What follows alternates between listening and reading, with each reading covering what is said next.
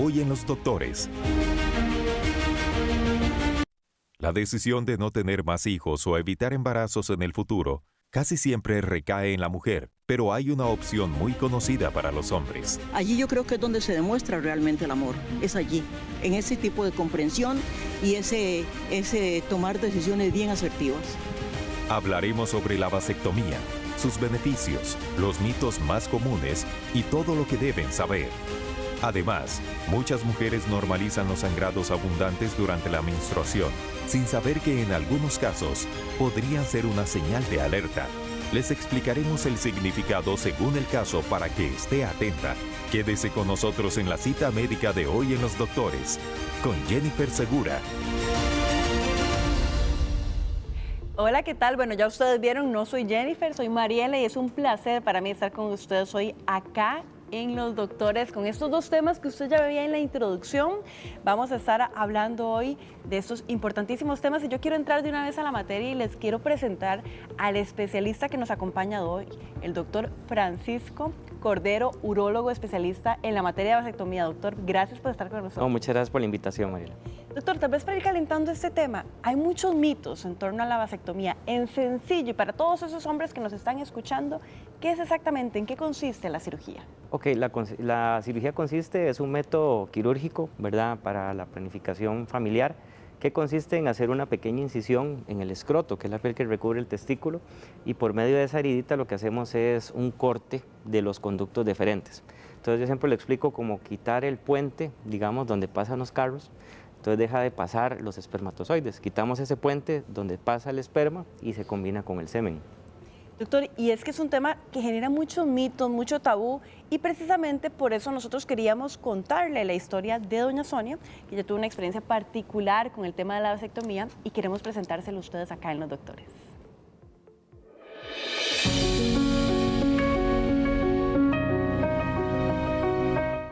A él le queda muchísimo más fácil y es una decisión que debe ser consensuada.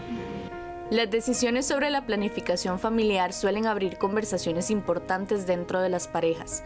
Y justo por esa razón conversamos con doña Sonia Quesada, vecina de Alajuela, quien nos contó cómo fue su experiencia y qué le habría gustado que fuera diferente. No, mi esposo no se la realizó. Yo fui quien corrí con los anticonceptivos y todas las cuestiones. Sí.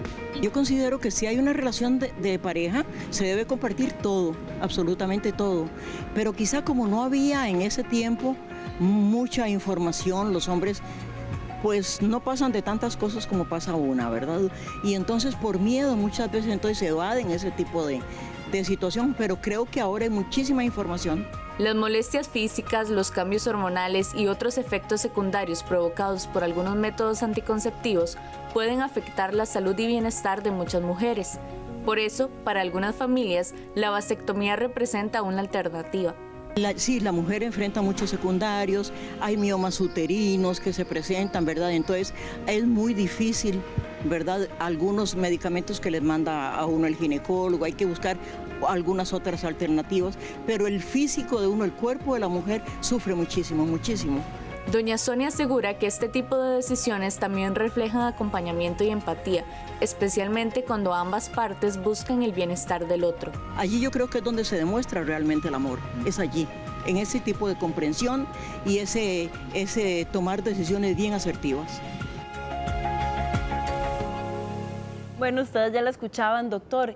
Muy lindas las palabras de doña Sonia. Ahí es donde se demuestra el amor. Y yo no sé si ha cambiado, ella lo decía, tal vez antes había menos información. No sé desde la experiencia médica si hoy hay menos miedo, tabú, y los hombres se acercan más a hacerse la vasectomía. Sí, definitivamente cada vez la planificación familiar es algo más en pareja, ¿verdad? Definitivamente ya no todo recarga en la mujer. El hombre cada vez se informa más, pierde más el miedo y llegan a la consulta a hacerse la vasectomía. Hay una pregunta que es recurrente. ¿Es un método anticonceptivo ya definitivo o hay posibilidad incluso de reversión? Sí, mira, siempre cuando uno menciona la vasectomía, parte de lo que yo les explico a los pacientes es que es definitiva, ¿verdad? Que la idea es hacer un procedimiento que no tenga vuelta para atrás, ¿verdad? Lo ideal es que uno esté completamente seguro y haya tomado una decisión madura y responsable en ese momento. Hay cirugías que uno puede hacer para volver a a juntar los conductitos que uno corta, ¿verdad? Y volverlos a permeabilizar. Lo que pasa es que es una cirugía que es un poco más compleja. Claro, entonces es definitiva, pero en algunos casos incluso podría revertirse. Sí, cuando el paciente se arrepiente, que eso pasa, ¿verdad? Pacientes que se casan por segunda vez o tienen otra pareja más joven que quiere tener hijos, en esos casos uno puede ofrecerle la cirugía que se llama la vasovasostomía, que consiste en volver a unir los mismos conductitos que cortamos para volver a permeabilizarlos. Ahora, doctor, ¿a partir de qué edad? Hoy un hombre está viendo esta entrevista y dice, bueno, yo no quiero tener hijos del todo, soy muy joven. ¿Hay una edad recomendada o a partir de qué edad se puede hacer la vasectomía? Normalmente siempre se recomienda que el paciente, bueno, ya sea mayor de edad, ¿verdad?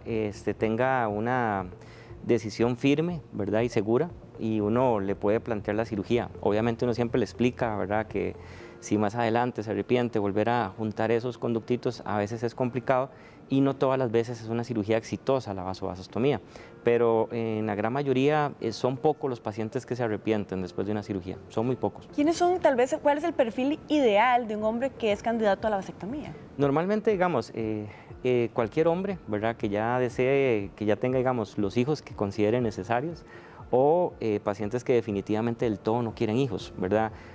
Actualmente hay muchos hombres jóvenes que no desean hijos, ¿verdad? Que no está como entre sus metas o sus planes, o parejas. A veces hay pacientes que están casados y su pareja y él no quieren hijos, se toma la decisión y llegan a hacerse la cirugía. Bueno, estamos acá hablando con el doctor Francisco Cordero sobre el tema de la vasectomía, así que desde ya quiero invitarlo e invitarla también. Si usted tiene preguntas sobre ese tema específico, recuerde que más adelante vamos a abrir el consultorio para todas esas dudas que usted tenga, llamada telefónica, vía WhatsApp o bien a través del Facebook de Teletica. Ahí tienen las 3 formas y vamos a estar aquí atento a todas esas preguntas que usted tiene, así que desde ya empiece a enviarnos sus consultas. Doctor, ¿cuáles son los riesgos, o hay riesgos más bien en la palabra, asociados a esta cirugía, o por qué es que a los hombres les da a veces tanto temor someterse a la vasectomía? Bueno, la zona es una zona muy sensible, ¿verdad? Entonces definitivamente creo que todos los hombres es normal sentir miedo, sentir esa sensación, ¿verdad? No es lo mismo como ir al dentista, que le revisen las muelas, ¿verdad? La zona genital, que es muy sensible, pero es un procedimiento que realizamos, ¿verdad? Con todas las medidas de seguridad necesarias. Colocamos anestesia local, se duerme la zona. Usualmente usamos pinzas muy finitas, normalmente yo hago una técnica que es sin bisturí, lo cual nos ayuda mucho en el tema de la recuperación, menos riesgo de sangrado, ¿verdad? Que eso siempre es algo importante decirles, ¿verdad? Que aunque sea un procedimiento rápido y seguro, no está exento de complicaciones. Las complicaciones que más hay que tener cuidado son los hematomas, los sangrados, ¿verdad? Que normalmente uno utiliza un aparatito que es un electrobisturí que va cauterizando, y el otro es el riesgo de alguna infección. Entonces normalmente uno siempre deja un antibiótico antes, ¿verdad? Después de la cirugía, perdón, para prevenir este problema, y las pinzas, usualmente uno utiliza las pinzas estériles para que sea menos el riesgo de infección.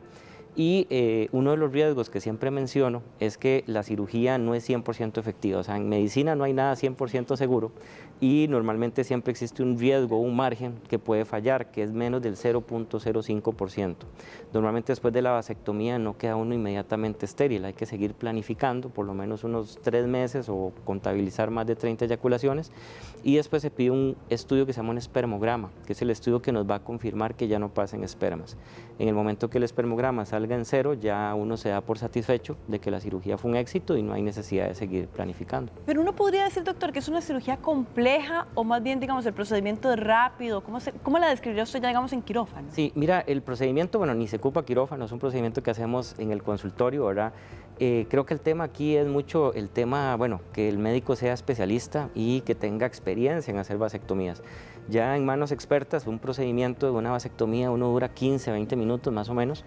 Es un procedimiento que genera cierta molestia, pero no debería ser doloroso, así como... Es decir, no genera dolor, bueno, obviamente en el procedimiento inmediatamente, ni días después se genera dolor. Normalmente son molestias leves, ¿verdad? Normalmente lo que puede sentir uno es como cuando uno se golpea un poquitito, digamos, un testículo jugando bola o alguna cosa, que siente uno como un jaloncito a nivel de la ingle, pero el dolor es muy leve, son dolores demasiado leves, ¿verdad? Que se alivian con algún analgésico, y normalmente después de la cirugía uno le recomienda al paciente que se aplique abundante hielo.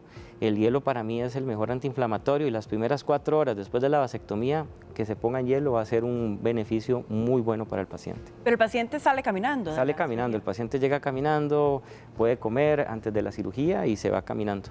¿Y cuántos días es recomendado, digamos, después de la cirugía cuidarse o tener reposo? ¿Cuáles son las recomendaciones postoperatorias? Todo eso depende mucho de qué actividad haga el paciente, ¿verdad? Hay pacientes que a veces tienen un trabajo que es más estático, que es en escritorio o tienen teletrabajo.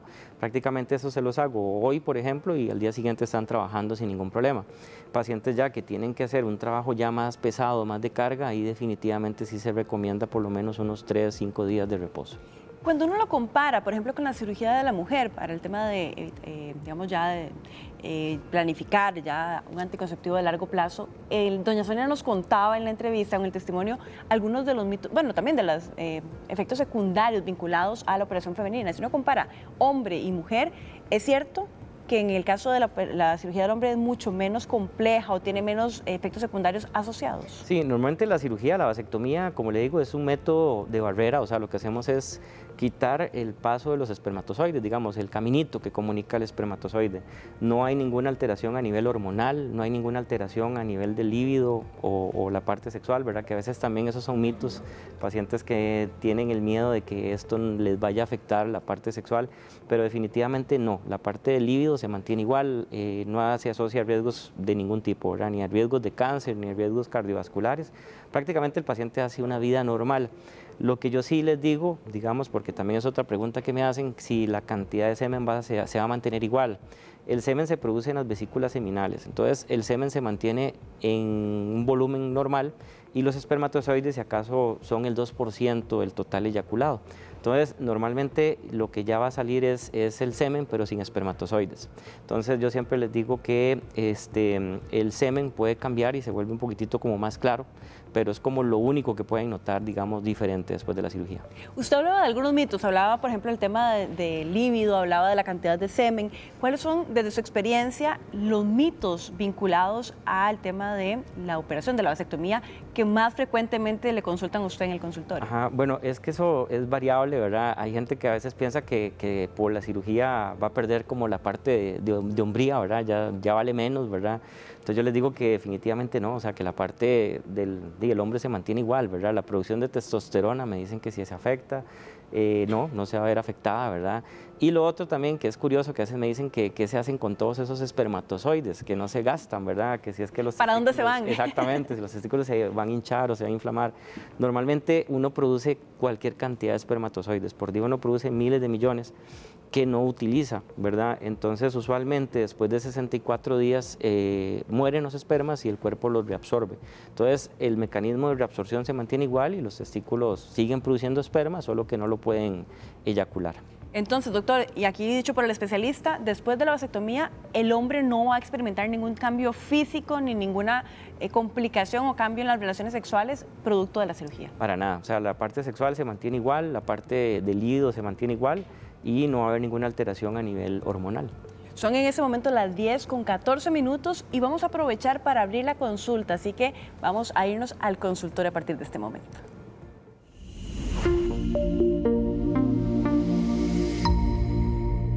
Estamos hablando precisamente de la vasectomía y ya abrimos el consultorio para atender todas las preguntas que usted tenga sobre este tema. Yo voy a empezar atendiendo aquí unas que tenemos ya a través del WhatsApp.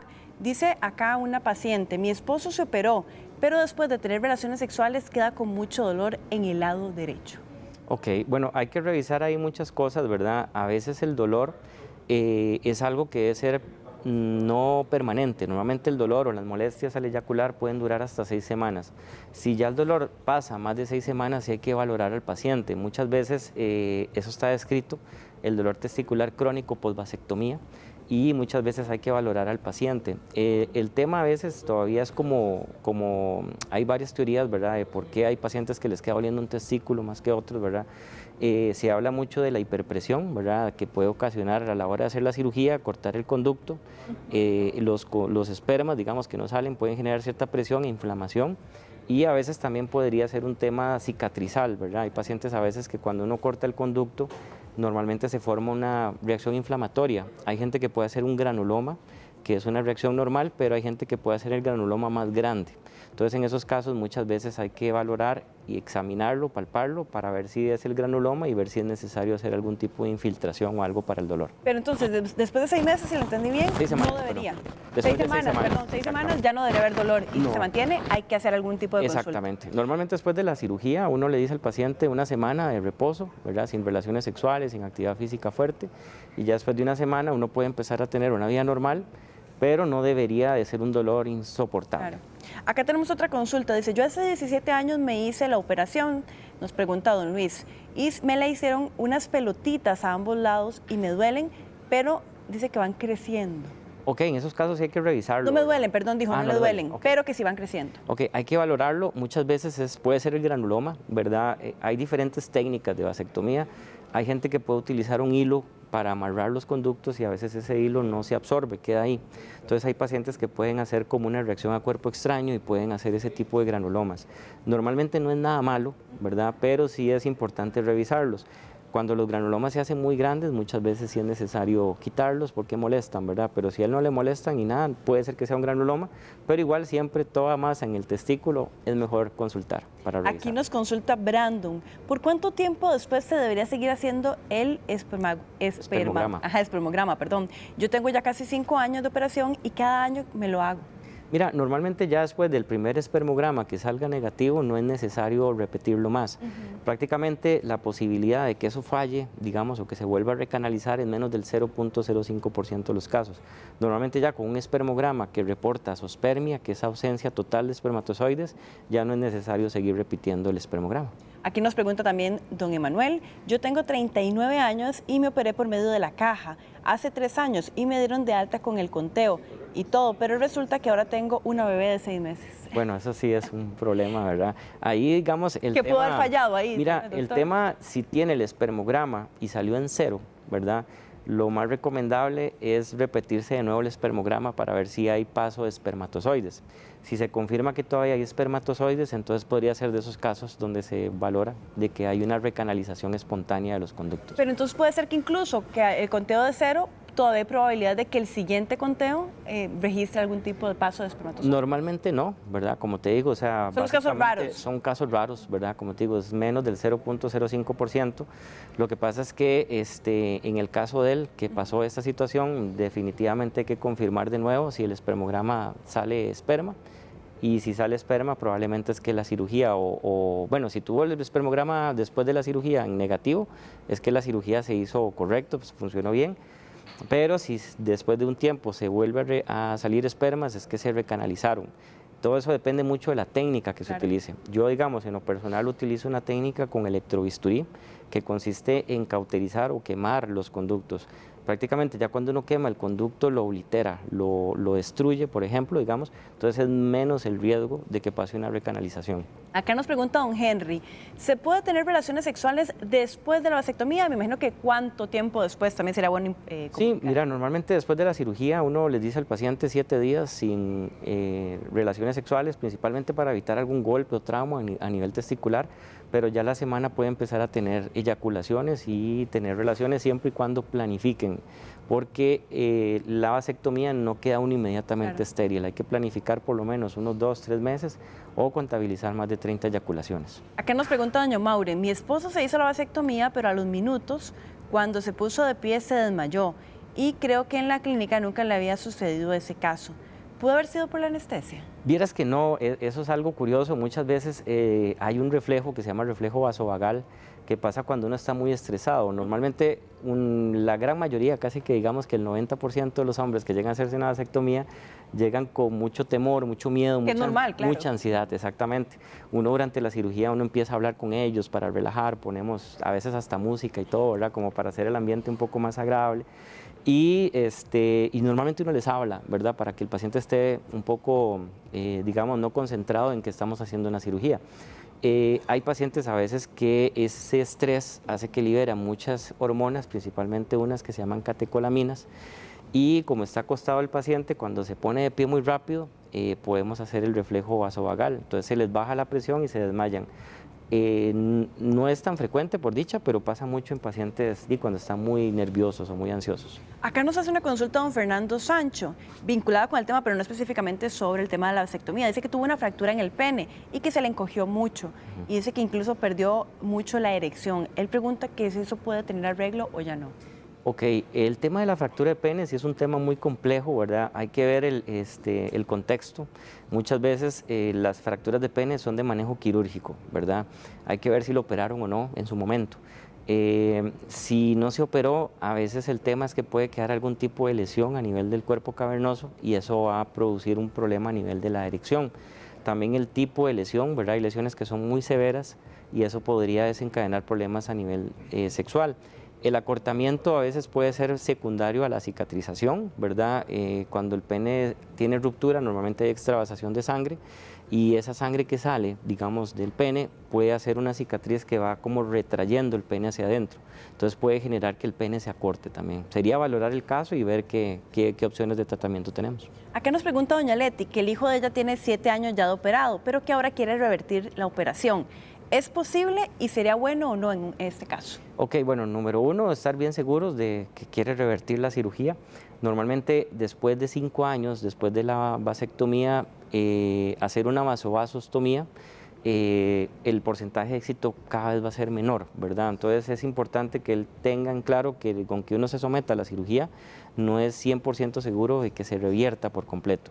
Entonces normalmente hay que examinarlo, hay que ver cómo se sienten los conductos y ver si es factible hacer la vasovasostomía y bueno, que esté completamente decidido, ¿verdad? Que quiere revertírsela para ver si se puede, pero sí se puede. Pero conforme pasan los años, si le entiendo bien, doctor, la probabilidad de que tenga éxito la reversión va disminuyendo. Va disminuyendo, exactamente. Normalmente al no pasar espermatozoides, digamos, el testículo, digamos, sigue produciendo esperma, pasa por una parte del conducto, pero la parte de arriba del conducto, como deja de lubricarse, digamos, o llenarse de esperma, se puede obliterar, digamos. Entonces a veces, aunque uno encuentre los cavitos y los pegue, puede ser que más arriba esté cerrado ya como por falta de uso, digamos. Acá nos pregunta doña Adriana, dice que a un conocido lo operaron y que cuando le hicieron el examen y luego de la operación todavía tenía, me imagino que le hicieron un conteo, todavía tenía espermatozoides y se dieron cuenta que uno de los conductos secundarios no se había activado, así lo pone ella. ¿Qué tan común es esto? Eso es muy raro, ¿verdad? Hay pacientes a veces, normalmente uno tiene un conducto en cada testículo, pero sí se ha descrito, inclusive a mí me ha pasado, digamos, un par de veces, que estoy haciendo la vasectomía y, digamos, corto los 2 conductitos y logro sentir otro más, un tercero, por ejemplo. Entonces, eso es raro, sumamente raro. Pero sí hay gente que puede tener conductos accesorios y eso puede verse siempre, digamos, por eso es que es importante el espermograma después de la cirugía. En este caso, él se hizo el espermograma y no negativizaba. Entonces, cuando no negativiza, ya definitivamente hay que volver a explorar y revisar a ver qué está pasando. Acá nos pregunta doña Gabriela Miranda, ¿esta operación afecta la erección? Definitivamente no, ¿verdad? No pasa nada en la parte vascular ni en la parte hormonal, entonces la erección se mantiene igual. Normalmente el líbido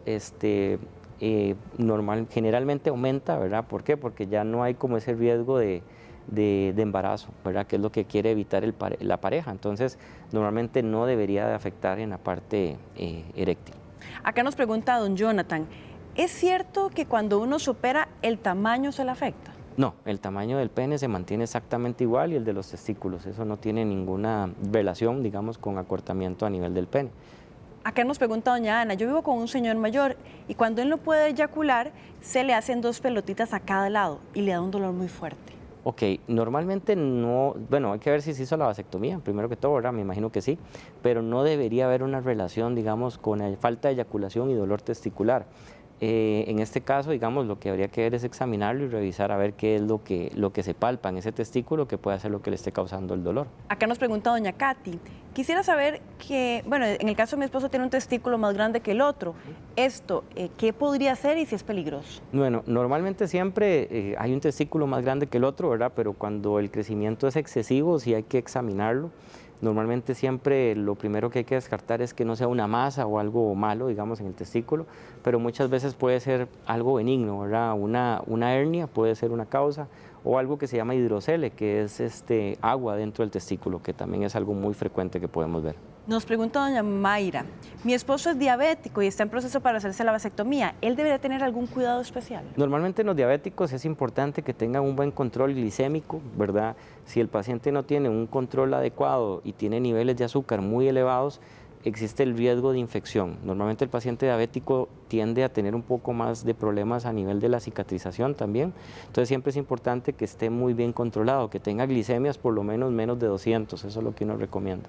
Acá dice don Oscar, mi consulta es que me hice la operación cuando tenía relaciones con mi esposa y eyaculaba, ese momento me agarraba un dolor terrible en la cabeza.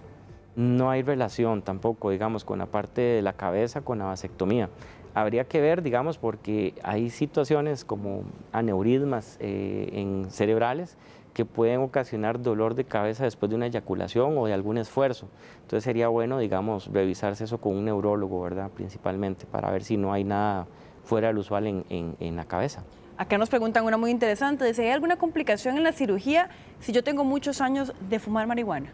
Mira, no, eso también es algo muy frecuente, ¿verdad? Hoy en día, entonces hay pacientes que llegan y me preguntan eso, si no hay problema que fumen después de la cirugía y no hay ningún problema, ¿verdad? Asociado. Dice, si tengo un problema de impotencia sexual, ¿puedo realizarme la vasectomía sin afectar aún más mi problema de impotencia? No, no hay ningún problema a nivel de la parte sexual. Obviamente, hay una consulta, uno trata de hacer todo integral, ¿verdad? Entonces, eventualmente tratamos de manejar también la parte de disfunción eréctil para brindarle tratamiento y ayuda para mejorar la parte del desempeño sexual. Dice, a mi hijo menor de edad se le quiere operar, ¿él podría? Menor de edad no, mira, normalmente el tema de los menores de edad sí es un tema más delicado, ¿verdad? Por el tema de la legislación. Acá ni aunque haya consentimiento de los padres, ¿verdad? Eso es otra cosa que te iba a decir, hay situaciones, digamos, en particular donde uno se puede hacer, ¿verdad? Con el consentimiento de los papás, pero normalmente son pacientes cuando tienen alguna situación o alguna mutación, por ejemplo, donde saben que si quedan embarazados o algo, digamos, puede haber un riesgo de una enfermedad transmisible complicada. a los hijos. Sí, a los hijos, digamos, alguna situación de alguna mutación, alguna cuestión ahí en particular, pero sí, normalmente en menores de edad yo prefiero que lleguen a la mayoría de edad para poder hacer el procedimiento. Acá nos pregunta doña Carla, ¿las personas con enfermedades crónicas, como por ejemplo la hipertensión, tienen mayor problema con la vasectomía? No, vieras que en general es un procedimiento muy noble, ¿verdad? Muy sencillo. Las complicaciones son mínimas, ¿verdad? Aquí lo único, digamos, que yo siempre les explico que es como contraindicado, es en pacientes cuando están anticoagulados, pacientes que toman warfarina, normalmente son pacientes de alto riesgo para cualquier cirugía, entonces el riesgo de sangrado es mayor. Y normalmente en esos casos uno prefiere, primero que sean valorados por la anticoagulación, ver si se puede suspender o cambiar por otro anticoagulante para poder hacer el procedimiento sin ningún problema. Doctor, muchísimas gracias por haber estado con nosotros hoy acá en el programa. No, con todo gusto. Tal vez una última recomendación, si hay un paciente que nos está viendo y está pensando en la vasectomía. Mira, básicamente pacientes que se quieran hacer la vasectomía es un procedimiento rápido, seguro, sencillo, siempre y cuando se escoja al especialista, ¿verdad? Para poder hacer el procedimiento. La recuperación es bastante rápida y no va a afectar ni va a cambiar lo que somos como hombres. Entonces definitivamente es un procedimiento seguro, sencillo y vale la pena. Bueno, doctor, y yo tengo también muy buenas noticias para usted y para los televidentes porque volvió Borden para celebrar el Día Mundial de la Leche y queremos invitarlo este 1 de junio a partir de las 7 de la mañana aquí a Teletica porque gracias a Borden vamos a estar regalando más de 7,000 litros de leche totalmente gratis y eso hasta agotar existencia. Así que véngase bien temprano a celebrar con nosotros este gran día junto a Borden y recuerden, si es Borden, tiene que ser bueno. Y bueno, y con esta información y esta buena noticia nos vamos a un corte, pero no se vaya porque ya casi venimos con más. Cuando regresemos, muchas mujeres normalizan los sangrados abundantes durante la menstruación, sin saber que en algunos casos podrían ser una señal de alerta. Les explicaremos el significado según el caso para que esté atenta. Todos los detalles al volver de la pausa, aquí por Teletica.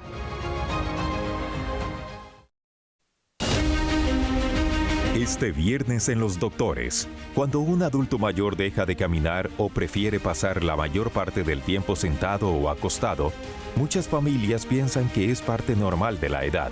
Estoy muy mal de las articulaciones, me duelen muchísimo las rodillas, las piernas, las plantas de los pies, todo lo que es articulaciones. Descubra el efecto en el organismo de los adultos mayores que no quieren caminar y lo que puede hacer para cambiarlo. Los esperamos a las 10 de la mañana por Teletica. Gracias por continuar con nosotros acá en Los Doctores. Y vamos a abordar el segundo de los temas que le traíamos para el día de hoy, el sangrado abundante. Y yo ya tengo acá a la especialista que nos va a ayudar con ese tema. Ella es Andrea Navarro, ella es ginecóloga y yo se la quiero presentar. Mucho gusto, muchas gracias por la invitación. Es un placer para mí estar acá. Doctora, tal vez la pregunta más frecuente es, cuando uno habla de un sangrado abundante, ¿a partir de qué momento se considera y una mujer debe decir, esto ya es un sangrado fuera de lo normal? Es muy buena pregunta. Es un sangrado que nos revele un cambio. Y ese cambio no solo es en la cantidad, sino también en la duración y en la frecuencia de este sangrado. En lo que la mujer está acostumbrada a su patrón normal y de pronto nota un cambio. Puede ser que de pronto manche más, de pronto mancha entre una menstruación y otra, o la cantidad de sangre es mayor durante esa menstruación. ¿Y hay como algún promedio, tal vez para que las mujeres, porque puede ser que yo haya sido una mujer que siempre he tenido un sangrado abundante y no logro determinar que lo tengo? ¿Hay como alguna medida, como que yo diga, bueno, si yo me tengo que cambiar la toalla más de tantas veces al día, o si el sangrado me dura más de una semana? ¿Cuáles son como esos indicadores que podrían a mí alertarme de un sangrado irregular? Sí, exacto. Más bien son alertas, no hay como un número exacto. Por ejemplo, aquella mujer que de pronto tiene que cambiarse una toalla, un Tampax en 1 o 2 horas rápidamente porque lo moja, o aquella mujer que necesita utilizar doble protección. Entonces se puso su Tampax y se puso también una toalla, o usa pañal para poder contener ese sangrado. Un sangrado con coágulos. Esos son como los signos de alarma para este tipo de anormalidades. ¿Y en cuanto a la cantidad de días? Eso puede cambiar, ¿verdad? Generalmente el ciclo, la menstruación dura 7 días, ¿verdad? A veces hay mujeres que si ese sangrado se prolonga más de 7 días, es donde uno podría pensar o buscar ayuda porque puede haber alguna anormalidad. ¿Cuáles son los sangrados más comunes, tal vez, para hablar en las mujeres? ¿Cuál es el sangrado más común que se presenta? Tenemos varias causas, desde causas estructurales, por ejemplo, los pólipos uterinos, los miomas o fibromas, que es una patología muy común, la adenomiosis. Tenemos malignidades ginecológicas, por ejemplo, el cáncer uterino o de cuello de útero también puede provocar sangrados.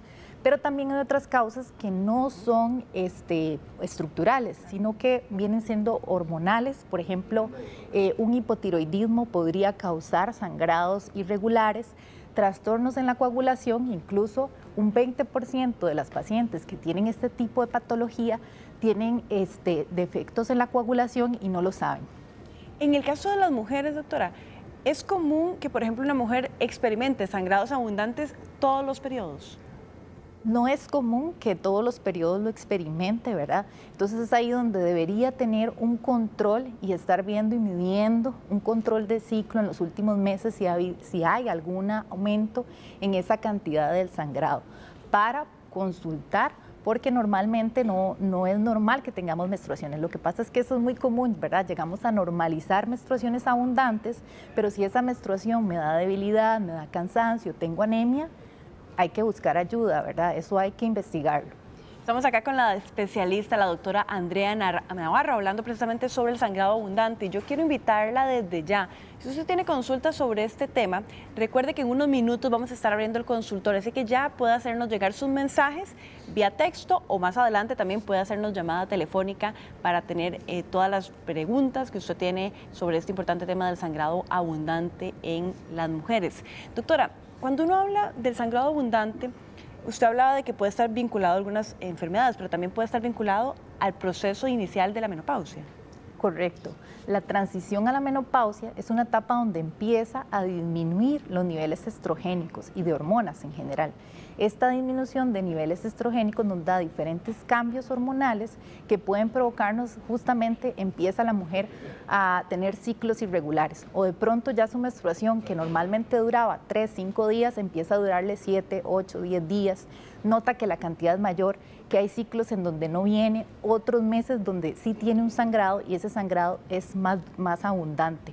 Entonces esos son pequeños cambios e incluso cuando ya empiezan en esa transición a la menopausia, ese es como el primer signo, el cambio en el patrón habitual de mi menstruación. Ahora, ¿qué pasa? Tal vez una mujer que dice, qué raro, yo tengo un mes que me viene un sangrado, digamos, controlado, normal, pero el siguiente mes es más abundante. Este cambio, digamos, de patrón entre que un mes me viene menos y en el otro el sangrado mucho más abundante, ¿normal o ya me está revelando también algo? Podría revelarnos algo. Es importante valorar en qué etapa de la vida está esa mujer, porque, por ejemplo, hay adolescentes que todavía hay cierta inmadurez en el eje del hipotálamo, hipófisis, ovario, que esa inmadurez provoca ciclos irregulares y muchos adolescentes, por ejemplo, hay meses en que no menstruan, otros meses tienen menstruaciones más abundantes, o el grupo etario que hablábamos hace un rato, que son esas pacientes que están entrando hacia una menopausia, que empiezan a notar estos cambios en su patrón menstrual. El tema, por ejemplo, del estrés, puede ser que yo esté sometida a mucho estrés y que eso me afecte mi ciclo menstrual. Claro, el estrés es un factor en contra de muchas cosas y en esto lo que empieza a hacer es un desequilibrio hormonal. Ese desequilibrio hormonal empieza a causarme sangrados o ciclos irregulares. ¿Qué pasa, por ejemplo, con el tema del consumo de anticonceptivos y cómo afecta también el que haya un sangrado más abundante? Y cuando una mujer que está tomando anticonceptivos o que ha cambiado el anticonceptivo debería ya, digamos, visitar a un ginecólogo porque tal vez no es normal. Sí, esa es una pregunta muy usual, ¿verdad? Porque muchas veces empiezan a tomar el anticonceptivo y están, qué raro, de pronto estoy sangrando todos los días, ¿qué es lo que pasa? Bueno, eso es habitual, cuando uno hace un cambio de un método anticonceptivo, hay un periodo donde puede haber un manchado, ¿verdad? O puede cambiar el ciclo durante esos primeros meses de uso. Pero es importante porque incluso también una de las herramientas terapéuticas que tenemos para manejar los sangrados es el uso de anticonceptivos. Entonces, también es uno de los tratamientos que utilizamos. ¿Qué pasa, por ejemplo, con el tema del dolor? ¿Es normal que cuando hay algún, digamos, problema vinculado a este sangrado abundante también haya dolor? ¿O puede ser que incluso no haya ningún tipo de dolor vinculado, pero el sangrado abundante ya me esté revelando algo malo? Pueden estar asociados ambos síntomas, ¿verdad? El dolor puede ser secundario a que si tengo alguna patología estructural, por ejemplo, un fibroma, que el volumen, el tamaño es muy grande, ya me provoca síntomas compresivos a nivel de la vejiga y recto, que son órganos muy cercanos, eso podría provocarme, además del sangrado, tener dolor. ¿Cuáles son los problemas o tal vez las principales complicaciones vinculadas al que yo como mujer ignore que estoy teniendo un sangrado abundante? Correcto. Minimizar este tipo de síntomas puede provocarnos anemia, puede provocarnos incluso problemas, no llegar a detectar problemas que tenemos de fondo, ¿verdad? Patologías que podríamos tratar desde un pólipo uterino, un mioma, o enmascarar síntomas. Este síntoma puede provocar ser un síntoma de cáncer, por ejemplo, de cérvix o de cuello uterino o endometrio, y muchas veces lo pasamos desapercibidos. Entonces sí es importante siempre consultar ante cualquier cambio en mi patrón menstrual o en el sangrado. ¿Un sangrado abundante puede llegar a causarme anemia, doctora? Claro, porque esa pérdida constante de sangre empieza a gastar todo lo que son las reservas del hierro y empieza a disminuir entonces la hemoglobina y me puede dar anemia. Tal vez si yo soy mujer, estoy viendo esta entrevista y tengo dudas todavía de qué tanto mi sangrado es abundante o qué tipo de señales yo debería detectar. Podemos hacer como un listado, doctora, para que las mujeres tal vez tengan allí y puedan anotar cuáles son esas señales, esos indicadores que deberían a mí advertirme de que es mejor que yo vaya a consultar a un especialista. Claro, un sangrado que sea persistente, ¿verdad? Que el volumen que tenga mayor cantidad a lo usual, la duración de ese sangrado, que tal vez se da entre una menstruación y otra, pasé un mes teniendo sangrado, ese sangrado tiene mal olor, hay que consultar. Me siento débil, me siento mareada, me canso muy fácilmente, he llegado a desmayarme los días que estoy menstruando. Esos son datos muy importantes para uno como mujer consultar. ¿Qué pasa si hay sangrado después de una relación sexual? Muy importante, el sangrado posterior a la relación sexual siempre debemos consultar. Podría ser un signo de una infección o de tener algún pólipo a nivel del cuello del útero, pero también podría enmascarar o tener otras patologías, como por ejemplo cuando hay lesiones precancerosas secundarias al virus de papiloma o un cáncer de cuello uterino, es uno de los síntomas principales que se presentan en esta enfermedad. ¿Hay alguna edad que podría ser más frecuente que una mujer a partir de cierta edad empieza a presentar, digamos, sangrados abundantes? Generalmente después de los 40 ya podrían empezar algunas a tener, justamente por esos cambios hormonales que se da cuando se inicia una transición a la menopausia, podrían empezar a tener estos cambios en su patrón de la menstruación y tener sangrados. Se hablaba de diferentes causas, podría ser una enfermedad, podría ser la menopausia, bueno, cambios hormonales. También me imagino que la presencia de algunos, digamos, bultitos en los ovarios podría ser un indicador también. ¿Cuáles son los exámenes que yo puedo aplicarme para saber y detectar cuál podría ser el problema con mi sangrado? Claro, lo primero, bueno, es acudir a la consulta, ¿verdad? Si tengo un sangrado de estos que hablamos, en la consulta nosotros pues vamos a hacer un examen físico donde vamos a determinar por una evaluación donde vemos el cuello del útero, la vagina, a ver si hay alguna patología a ese nivel que nos dé ese sangrado. Se procede a realizar un ultrasonido pélvico, donde en el ultrasonido podemos determinar si hay fibromas, si hay pólipos o otras causas de este sangrado. Y en algunos casos el médico puede considerar incluso tomar una biopsia de endometrio, que es la capa interna del útero, para determinar la causa de este sangrado. Adicionalmente, una vez que se hace esos exámenes de consulta ginecológica, se procede a enviar un hemograma para ver los niveles de hemoglobina y también descartar coagulopatías, porque si hay un 20% de mujeres que pueden tener un defecto en la coagulación y eso provocar los sangrados. Usted hablaba, por ejemplo, del tema de los anticonceptivos, pero ¿cuáles son los tratamientos, además del consumo de anticonceptivos? Obviamente, enviados por el médico, ¿qué otros tratamientos hay? Correcto. El tratamiento siempre debe individualizarse, ¿verdad? No es general, pero de manera general nuestro primer paso siempre es, en la mayoría de casos, utilizar tratamientos médicos, desde anticonceptivos, como tratamientos como progesterona. También hay tratamientos, dispositivos que liberan progestina, que nos ayudan a regular el sangrado.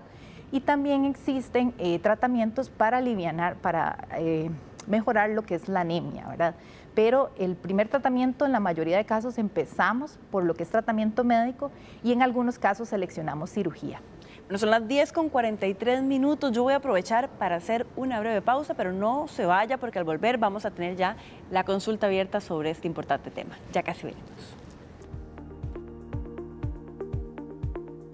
Cuando regresemos, muchas mujeres normalizan los sangrados abundantes durante la menstruación, sin saber que en algunos casos podrían ser una señal de alerta. Les explicaremos el significado según el caso para que esté atenta. Somos los doctores, por Teletica.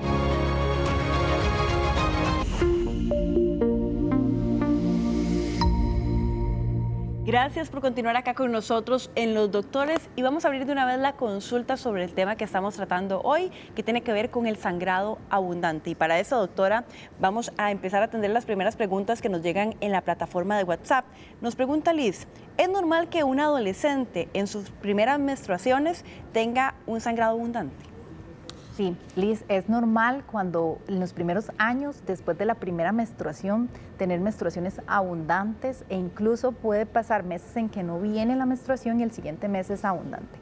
Todavía en los primeros años, después de esa menarca, primera menstruación, puede ser normal. Acá nos pregunta doña Meli, buenos días, yo uso el disco más grande, me imagino que es como el más grande que hay en cuanto al dispositivo para la menstruación. Los primeros 2 días lo tengo que cambiar cada 2 horas y mayormente tengo coágulos enormes. La menstruación me dura entre 4 y 5 días y luego continúo con flujo por varios días. Soy operada para no tener más hijos y tuve 3 cesáreas. Ok, aquí es importante la cantidad de sangrado, ¿verdad? Si llama la atención tener que usar una copa menstrual y cambiarla en menos de 2 horas, sí es algo que hay que evaluar, que hay que revisar, porque sí podría haber un factor ocasionando este aumento en la cantidad de sangrado. Se dice que en algunas pacientes que son operadas, que tienen una salpingectomía, puede ocasionar un aumento en el sangrado, pero siempre hay que descartar las otras causas para poder llegar a esa última conclusión. Nos pregunta doña María Magdalena, ayer mi hija se hizo un ultrasonido porque ella sangra mucho y también le duele mucho el primer día y cuando ovula. También pasa hasta 3 meses sin que le venga la menstruación. Ella tiene una niña de 7 años y antes de eso le pasaba exactamente igual.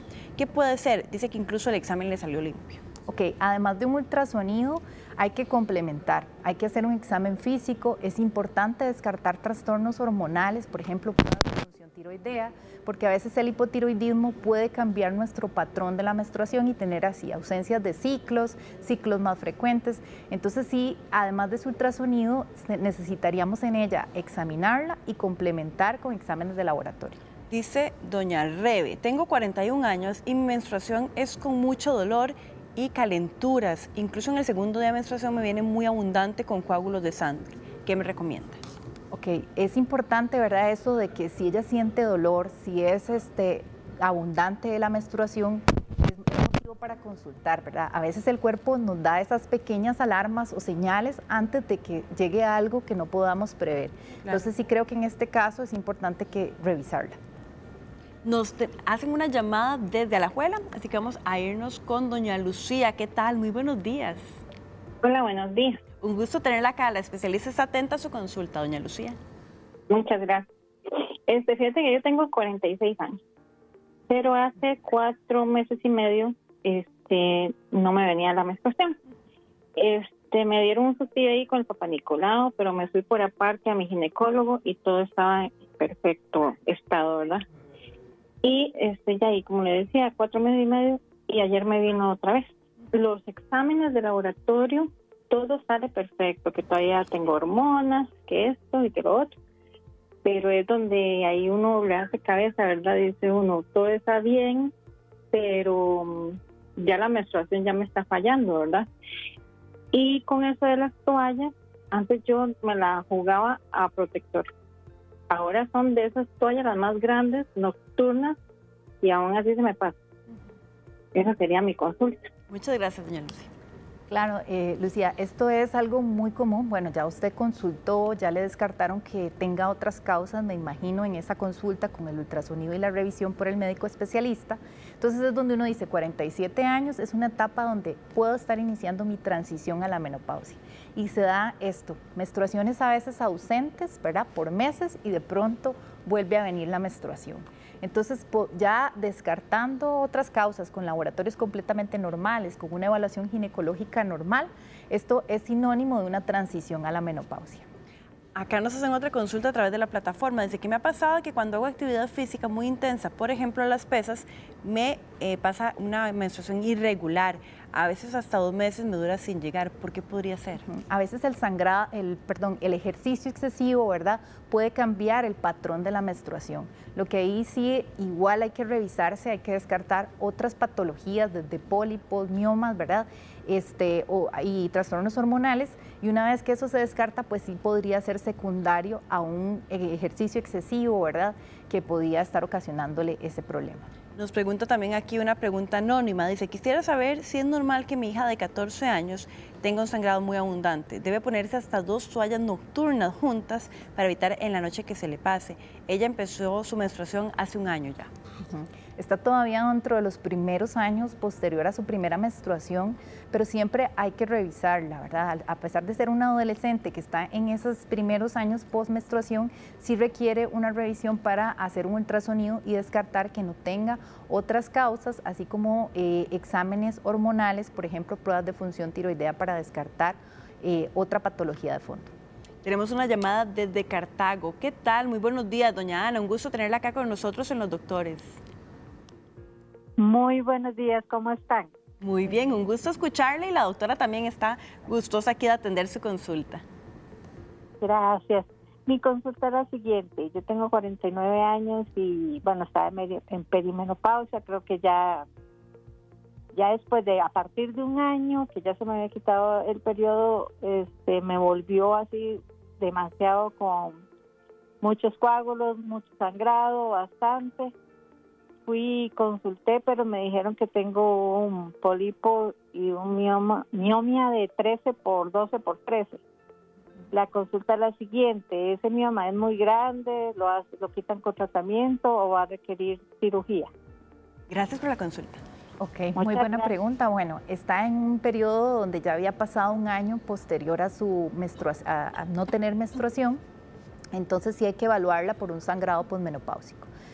Como usted nos indica, en ese ultrasonido le refieren que tiene un pólipo y un mioma. Ahí lo que hay que ver es el tamaño de ese mioma, ¿verdad? Si es un mioma que esa longitud es en centímetros, muchas veces podríamos evaluar la necesidad de quitar ese mioma, de operarla, porque sí tiene un volumen importante. Ahora, cuando son miomas menores a 2 centímetros, muchas veces intentamos dar tratamientos hormonales con progesterona, dispositivos intrauterinos que liberan progestinas para poder controlar esos sangrados sin necesidad de requerir una cirugía. Pero sí habría que valorar exactamente esa longitud, si es centímetros o milímetros, para considerar o tratamiento médico o cirugía. Acá nos pregunta doña Katia en la plataforma, dice que tiene 47 años y que en diciembre le vino la menstruación por 22 días. Dice que hizo un ultrasonido vaginal y que vieron que el útero tenía 16 centímetros. Le mandaron biopsia y le tomaron, dice que no le tomaron suficiente muestra, entonces tuvo que volver a ir a que le realizaran otro ultrasonido al útero y estaba bajo. Dice que sigue con dolores e inflamación. Entonces ella pregunta que qué sigue en su caso. Ok, estos engrosamientos endometriales, eso que ella dice que le midieron son engrosamientos endometriales y siempre requieren una biopsia, ¿verdad? Cuando esa longitud por ultrasonido es mayor a lo normal, hay que tomar una biopsia y descartar que no haya un sobrecrecimiento de las células o glándulas del endometrio que puedan predisponer a desarrollar alguna atipia y de ahí proceder a un cáncer. Entonces sí sería bueno considerar, si la sintomatología persiste, el sangrado persiste, nuevamente tomar una nueva biopsia. Tenemos una llamada, doña Evelyn, desde La Uruca. ¿Qué tal, doña Evelyn? Un gusto tenerla acá. Muy buenos días, muchísimas gracias por la oportunidad. A ustedes, gracias. Vieras que yo tengo 50 años y duré como 4 años con sangrados abundantes. Y bueno, yo iba a la clínica, me daban anticonceptivos. De último tuve que ir a emergencias al Hospital México y me dieron cita para ginecología, me atendió la doctora, me hicieron ultrasonido, mi endometrio llegó casi a 20. Bueno, me tienen en control, me pusieron una Mirena y me han regulado los sangrados, pero en sí es un dolor insoportable que me da y no sé, digamos, si tiene que ver con lo de la Mirena o qué posibilidades hay de una cirugía. Esa era mi consulta. Muchísimas gracias y que tengan un lindo día. Usted también, muchas gracias por su consulta, más bien. Muchas gracias. Bueno, por compartir su experiencia, ¿verdad? Donde definitivamente a veces necesitamos acudir y colocar este tipo de dispositivos para controlar los sangrados. Si bien en su caso creo que sí le logró controlar el sangrado, bien como nos lo dijo, sin embargo todavía hay un tema de dolor. Ahí es importante evaluar con un nuevo ultrasonido, a ver si hay otra causa de dolor o también a veces este dispositivo puede haberse desplazado, puede haberse movilizado. Entonces sería importante evaluar el dispositivo por medio de ultrasonido. Dice aquí doña María José, María José de 28 años, dice que ella planifica desde los 15 años con pastillas anticonceptivas, que tiene 2 hijos, uno de 7 y otro de 2, y que desde hace un mes, antes de quedar embarazada, dejó las pastillas y que ya no las está tomando más, pero que cuando nació su hijo la menstruación le dura hasta 10 días ahora. ¿Cuáles son los 3 con sangrado abundante? Ahora que de los cuales 3 con sangrado abundante y los demás son solo días como manchando. Okay. Esto es algo que pasa muy frecuentemente, ¿verdad? Las pacientes que están acostumbradas al uso de anticonceptivos, con el uso de anticonceptivos, lo que hacemos es inhibir la ovulación y eso nos va a ayudar a que la cantidad de días de sangrado sea menor. Cuando dejamos el anticonceptivo, nuestras menstruaciones pueden tener incluso duraciones entre 7 y 10 días, ¿verdad? Entonces, podría ser algo normal, sin embargo, siempre hay que igual revisar y descartar otras causas. Bueno, doctora, gracias por haber estado con nosotros. Tal vez la última recomendación sobre el sangrado abundante. Las mujeres tal vez lo viven y no lo cuentan lo suficiente o no le prestan la suficiente atención. Claro, creo que aquí lo más importante es que como mujeres no minimicemos el síntoma. No es normal tener una menstruación que nos limite nuestra vida diaria, nuestras actividades, que no podamos salir porque la menstruación es abundante. Entonces, este primer signo de alarma que el cuerpo nos está dando, hay que prestarle atención, no dejarlo por ahí. Muchísimas gracias por habernos acompañado, doctora. Gracias a usted. Y gracias a ustedes también por haber estado en sintonía. Siempre es un gusto tenerlos por acá. Recuerde su cita médica de lunes a viernes a partir de las 10 de la mañana. También el contenido, recordarle que queda en el canal de YouTube por si usted quiere repasar este o algún otro programa. Ahora nos despedimos, pero lo dejamos en compañía de Calle 7.